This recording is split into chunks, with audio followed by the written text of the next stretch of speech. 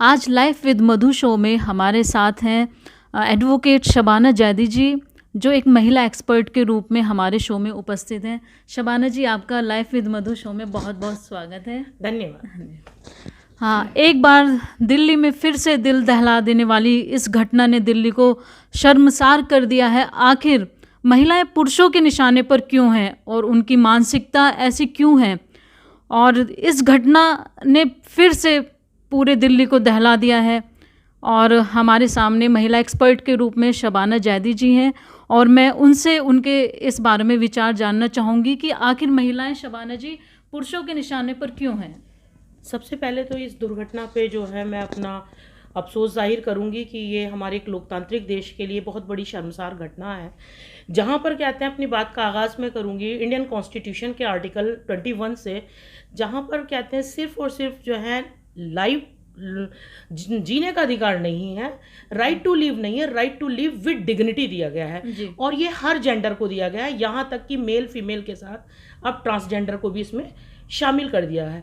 उसके बावजूद हमारा भारतीय संविधान इतनी बड़ी स्वतंत्रता हमको जीने की दे रहा है, उसके बावजूद हमारे देश के अंदर इस तरह की शर्मसार घटनाएं हो रही हैं। और जबकि इतने सारे एक्ट वुमेन्स की प्रोटेक्शन के लिए बनाए गए हैं, लेकिन उसके बावजूद उनको वो प्रोटेक्शन मुहैया नहीं हो पा रहा है। और इस सारी दुर्घटना में कहीं ना कहीं पुलिस का भी एक रोल नज़र आता है कि जब हमारा कॉन्स्टिट्यूशन, अदर एक्ट्स इतने सारे प्रोटेक्शन वुमेन्स के लिए बना रहे हैं, और खासली 2013 जब निर्भया कांड हुआ था, उसके बाद एक बहुत बड़ा अमेंडमेंट हमारे इंडियन कॉन्स्टिट्यूशन में किया गया, प्लस इंडियन पैनल कोड में किया गया। और यहाँ तक कि पुलिस विभाग के लिए भी कुछ डायरेक्शंस, कुछ ऐसे सुप्रीम कोर्ट के लीडिंग केस थे जिनमें डायरेक्शन पास कर दिए गए कि भाई अगर इस तरह की महिलाओं के साथ कोई भी सेक्सुअल हैरेसमेंट हो रहा है, रेप हो रहा है या किसी भी तरह की कोई उत्पीड़न हो रहा है, तो आप उनकी तुरंत FIR दर्ज कराएंगे। ऐसी हादसे होते हैं, लेकिन उसके बावजूद थाने लोग जाते हैं, पीड़ित जाती हैं, विक्टिम जाती हैं, लेकिन उनकी FIR दर्ज नहीं हो रही है। जी, तो शबाना जी, देखिए, जैसे दिल्ली जैसी राजधानी में ये घटनाएं नहीं रुक रही हैं, फिर और जगह तो ये घटनाएं बिल्कुल ऐसे होती हैं कि उनकी हमें जानकारी भी नहीं मिलती है। तो जब दिल्ली जैसी राजधानी में महिलाएं सुरक्षित नहीं हैं, तो और जगह इस तरह की महिलाएं जब घटनाएं घटती हैं तो उस जगह का क्या हाल हुआ होगा? बिल्कुल आप सही कह रही हैं। पहली बात तो ये है कि जो आपने कहा है कि दिल्ली जैसी सिटी के अंदर हम अगर आप बात करें, जहाँ पर कहते हैं जो है एक सिविलाइज्ड सोसाइटी माना जाता है कि एक सिविलाइज्ड सोसाइटी रह रही है, उसके बावजूद इस तरह की शर्मनाक घटनाएं हो रही हैं। तो हम अदर इलाके और ख़ास तौर से रूरल इलाकों की बात करें, तो जहाँ पर अवेयरनेस ही नहीं है, लोगों को पता ही नहीं है कि हमारे क्या राइट्स हैं, या हम इस तरह की एक्टिविटीज़ कर रहे हैं, कुछ एक्ट कर रहे हैं, तो हम कहाँ तक पनिश होंगे।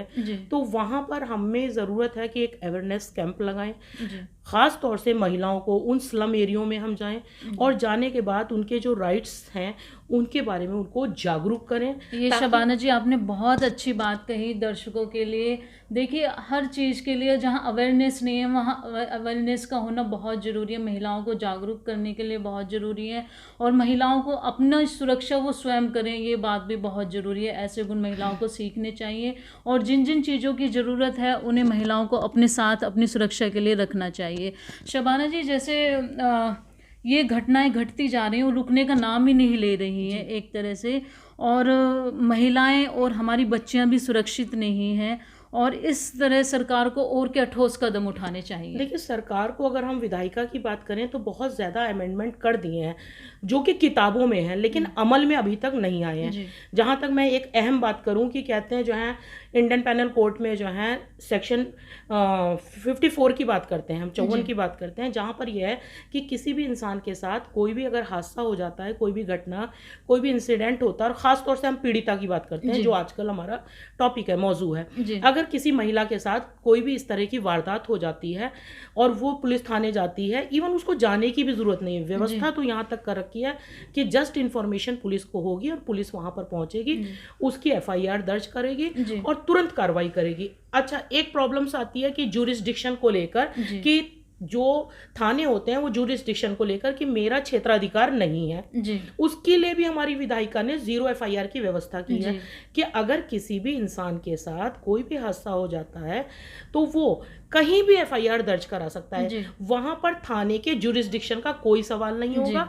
अगर मेरे साथ कोई हादसा हुआ है और मेरी समझ में नहीं आ रहा, नियर अबाउट जो भी थाना है, जी चाहे वो इंसिडेंट प्लेस उस थाने के जुरिस्डिक्शन में आता है जी या नहीं आता है, अगर पीड़िता वहां पर गई और उसने FIR दर्ज कराई तो आपको तुरंत 0 FIR दर्ज करनी है जी और करने के बाद जो रिलेटेड थाना है उसको इन्वेस्टिगेशन के लिए भेज देना जी है।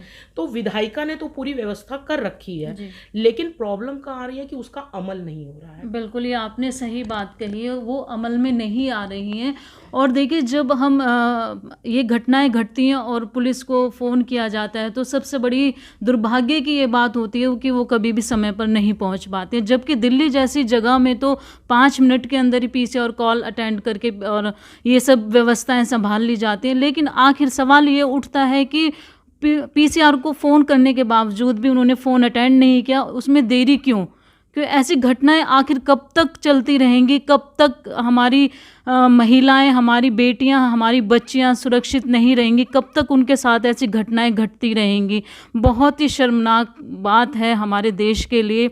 और शबाना जी, आप महिलाओं की सुरक्षा को लेकर के मेरा आपसे एक सवाल है कि क्या जैसे महिलाएं देर रात तक बाहर रहती हैं और वो वर्किंग भी हैं, तो उनकी सुरक्षा की दृष्टि से क्या उनका बाहर रहना इतनी रात को सही है?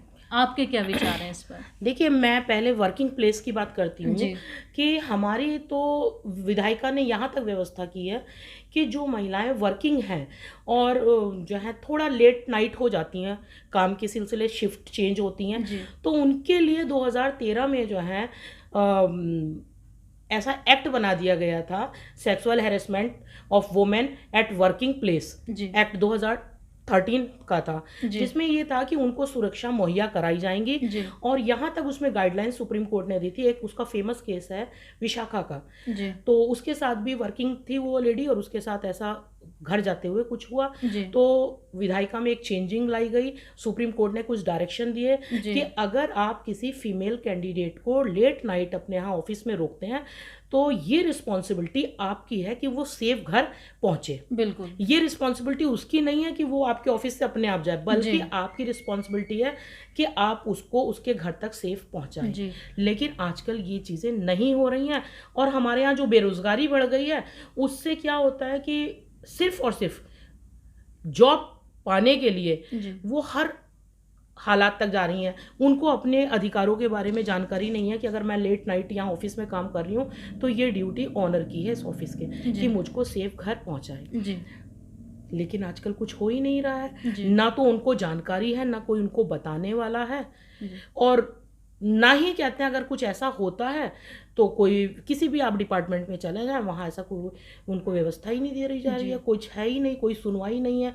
आप कोर्ट वगैरह में जाएं तो वहाँ भी जस्टिस इतना डिले हो गया है कि जो विक्टिम होती है वो एक बार तो विक्टिम तब होती है जब उसके साथ ऐसा एक्ट होता है, और दोबारा न्यायपालिका में आने के बाद भी शायद उसकी उम्मीदों को कहीं ठेस पहुँचती है। जी, शबाना जी ने बहुत अच्छी बात कही और सभी दर्शकों को जानकारी दी।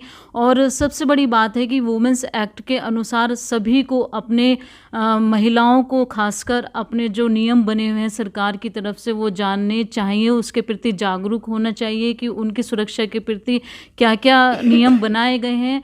और ये भी शबाना जी ने बहुत अच्छी बात कही कि जब कहीं लेट नाइट अगर शिफ्ट चेंज होती है तो ये जहाँ भी वर्क करती हैं लड़कियाँ, चाहे किसी कंपनी में हो, चाहे किसी होटल में हो, कहीं भी हो, तो उनकी जिम्मेदारी, उनकी सुरक्षा की जिम्मेदारी की व्यवस्था उन्हें करनी चाहिए मालिकों को। लेकिन इसमें भी बहुत ढिलाई है, वो यही सोचते हैं कि ठीक है लेट नाइट शिफ्ट है, लड़कियाँ अपने आप, महिलाएं अपने आप मैनेज कर लेंगी, लेकिन ये सही नहीं है।